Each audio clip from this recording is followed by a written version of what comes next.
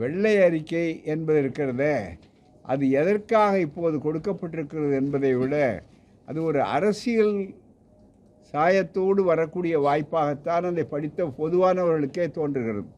ஏனென்றால் சென்ற அரசை குற்றம் சொல்ல வேண்டும் என்பதை மனதிலே வைத்துக்கொண்டு தயாரிக்கப்பட்ட வெள்ளை அறிக்கைகள் தான் நிதியை பொறுத்ததும் சரி, அதே போல் மிக முக்கியமாக இப்போ மின்சாரத்தை பொறுத்ததும் சரி. மின்சாரம் அதை பற்றி பதில் சம்பந்தப்பட்ட அமைச்சர்கள் மற்றவர்கள் பதில் சொன்னாலும் கூட இன்றைக்கு வரவும் மிகப்பெரிய அளவிற்கு வந்திருக்கிறது.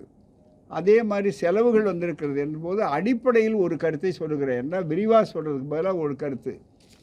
ஒரு அரசு பட்ஜெட் போட்டாலும் சரி, அல்லது மின்சாரத்துறையிலே அதனுடைய தேவைகளை வைத்தாலும் சரி, தனி மனித பொருளாதாரத்துக்கும் அரசு பொருளாதாரத்துக்கும் ஒரு பெரிய வேறுபாடு உண்டு.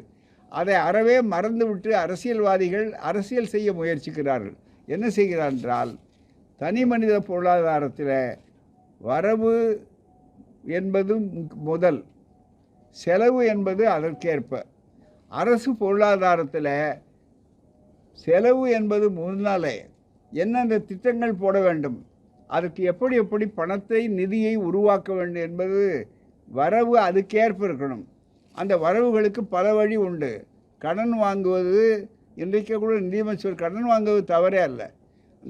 அந்த எதற்காக கடன் வாங்குகிறார்கள், அந்த கடன் மூலமாக எப்படி முதலீடு செய்யப்படுகிறது, அந்த முதலீட்டின் மூலமாக எப்படி வருமானம் வருகிறது என்பது. உதாரணமாக கல்விக்காக செலவழிக்கிறார்னு சொன்னால் அது செலவு என்று சொல்ல மாட்டார்கள். அது வளர்ச்சிக்கான எதிர்கால இன்வெஸ்ட்மெண்ட், முதலீடு பிள்ளைகளுக்கு.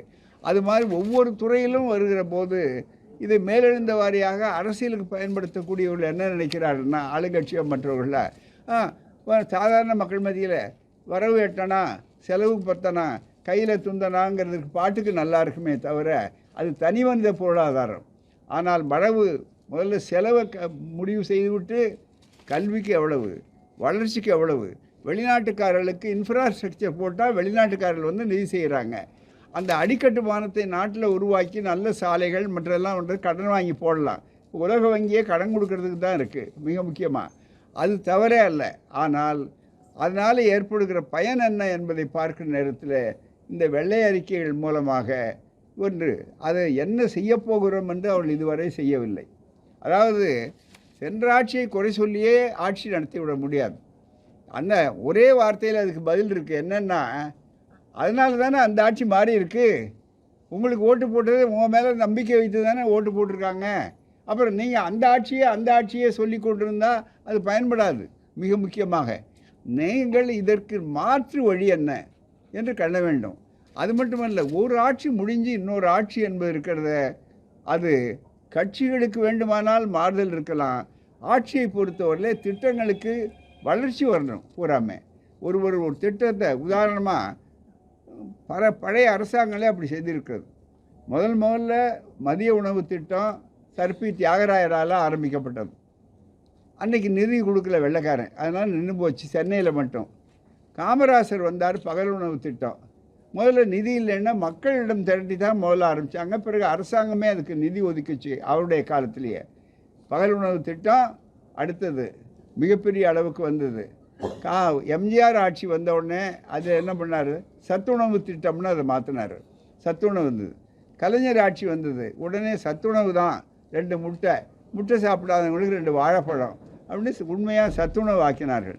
இப்போ அதுக்கு பிறகு ஸ்டாலின் ஆட்சி அதாவது வந்த உடனே அவர் என்ன செஞ்சார், பகல் உணவு திட்டம்லாம் சத்துணவு திட்டத்தையும் வழி வைத்து கொண்டு பகல் உணவு திட்டங்கிறது காலை உணவு திட்டமும் சேர்ந்து என்று காலை உணவு திட்டம் கொடுத்தார்கள். இப்போ அந்த காலை உணவு திட்டத்தை நிறுத்தலை. அந்த மாதிரினா தொடர்ச்சியாக அது மாதிரி வரக்கூடிய அளவிற்கு வந்தால் அதுக்கு ஆகக்கூடிய செலவினம் அல்ல, அது முதலீடு. ஏன்னா அந்த சாப்பாட்டின் மூலமாக பிள்ளைகளுடைய பசி தீருகிறது என்பதை விட கவனச்சிதறல் இல்லை, பள்ளிக்கூடத்துக்கு படுறாங்க, ட்ராப் அவுட்ஸ் இல்லை, இடைநிற்றல் இல்லை. அதுக்கு பதிலாக அவர்கள் படிக்கிறார்கள், பொறியாளர் ஆகிறார்கள், மீண்டும் வருகிறார்கள். அதன் மூலமாக ஹியூமன் ரிசோர்ஸஸ் என்று சொல்லக்கூடிய மனித வளம் பெருகிறது. மனித வளம் பெருகிறதுனால இந்த கடனால் தான் அது வருது. ப்ரொடக்டிவிட்டி திரும்ப மக்களுக்கு கிடைக்கிறது. இது பொதுவான பொருளாதாரம்.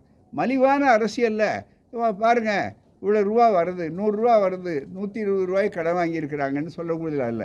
கடன் தானே அடையும், அது மட்டுமே அல்ல. ஆகவே தான் ஒரு அரசாங்கத்தினுடைய வெள்ளை அறிக்கை என்பது இருக்கிறத என்ன செய்யப்போகிறோம் என்று அவள் சொல்லணும். ஆனால் என்ன செய்யப்போகிறோம், இதுக்கு தீர்வு என்ன அப்படிங்கிற தீர்வை பற்றி அவள் சொல்லலை மிகப்பெரிய அளவுக்கு. அதிலிருந்து என்ன தெரிகிறதுனா, இது ஒரு அரசியல் உள்நோக்கத்தோடு வெளியிடப்பட்டிருக்கிறதே தவிர தீர்வுக்காக அல்ல.